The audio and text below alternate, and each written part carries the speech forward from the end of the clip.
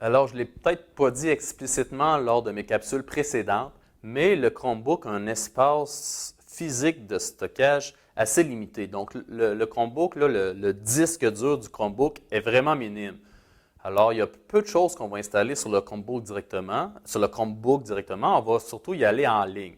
Donc, ça veut dire que si je crée un document Word, je ne vais pas l'enregistrer sous mon Chromebook en tant que tel. Je vais l'enregistrer dans un espace en ligne, infonuagique de stockage.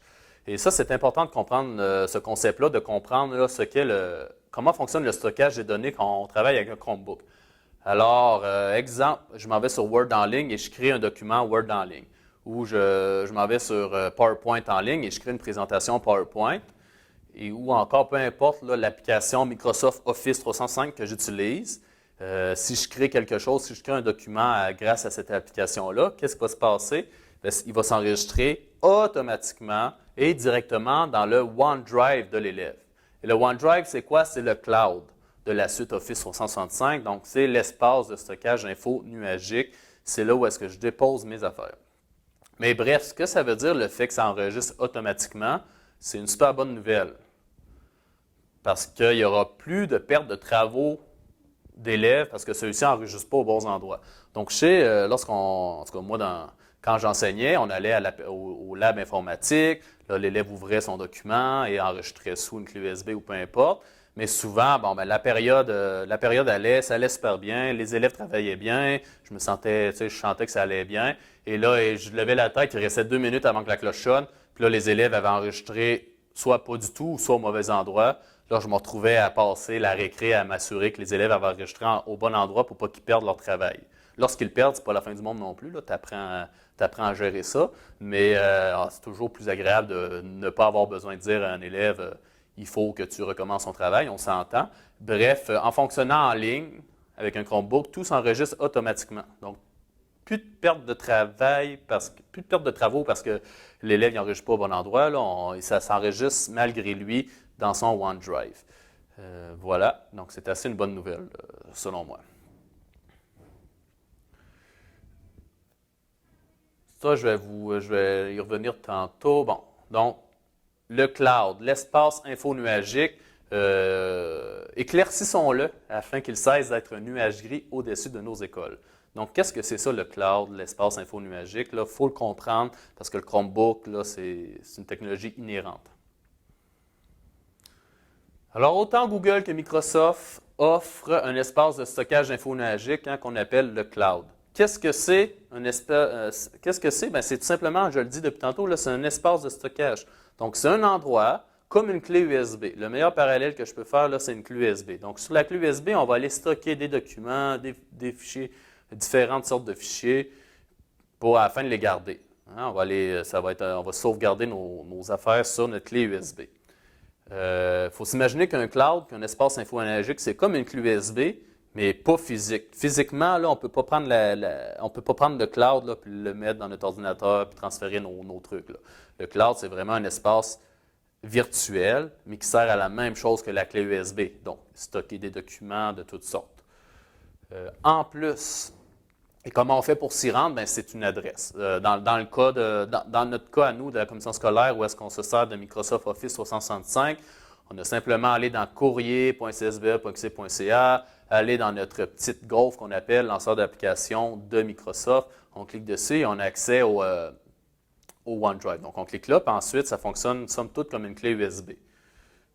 J'ai d'autres documents qui vous montrent comment s'y rendre. Là. Je passe vite sur comment se rendre au OneDrive parce que ce n'est pas ça le but de ma capsule. C'est vraiment d'expliquer c'est quoi OneDrive. Donc, OneDrive, c'est un espace info-nuagique. L'espace de stockage, donc le cloud, ce qui permet aussi d'intéressant, c'est qu'il permet de partager le fichier. Donc, je vais partager mon fichier, je vais entrer l'adresse courriel de la personne à qui je veux le partager et elle, simultanément, en même temps, va y avoir accès. Ce qui veut dire que si je suis en travail d'équipe, je suis un élève puis je fais un travail d'équipe, je n'ai pas besoin de partager une clé USB et puis de dire à mon ami, aujourd'hui, c'est moi qui vais partir avec la clé USB à soir pour avancer le travail, puis demain, ce sera toi. Je vais te donner la clé USB demain. Donc, tout ça devient, c'est plus d'époque. maintenant, grâce au cloud, on peut partager notre fichier à quelqu'un d'autre qui a accès en même temps. Donc, on pourrait fort bien avoir deux élèves qui, chacun de la maison, vont travailler sur le même document Word en temps réel. Et même, les élèves pourraient vous le partager à vous aussi, de manière à ce que vous ayez accès oui, le produit final, mais aussi à tout le processus là, pendant que l'élève travaille. Et aussi, un autre truc là, qui n'est pas, à balayer du revers de la main, c'est vraiment qu'un cloud, tout ce dont j'ai besoin pour accéder à un cloud, donc à un espace infonuagique, tout ce dont j'ai besoin, c'est une connexion Internet puis mon mot de passe. Donc, peu importe que je sois dans le local, il y en a même qui ont différentes écoles, là, mais peu importe que je suis dans ma classe, dans mon département, dans la salle des profs, tant que j'ai un ordinateur et Internet, je peux avoir accès à mes documents. Alors que la clé USB, si physiquement je l'ai oubliée dans mon auto, à la maison, dans l'autre école, je ne peux pas y avoir accès. Donc, ça, c'est vraiment un avantage de l'info nuagique. Et un autre avantage, c'est que c'est plus durable. Donc, je fais la blague, là, mais c'est impossible d'oublier son cloud dans les poches de son jeans, de faire laver son jeans et d'ainsi là, perdre toutes les données qu'il y a sur notre cloud. Alors qu'avec une clé USB, ça pourrait arriver.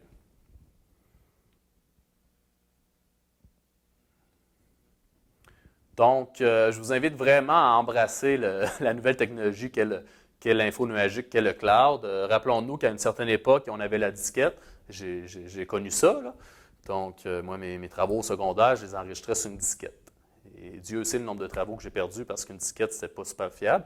Mais ça, c'est une autre histoire. Et par la suite, là, je suis arrivé au cégep, là, puis la clé USB est arrivée.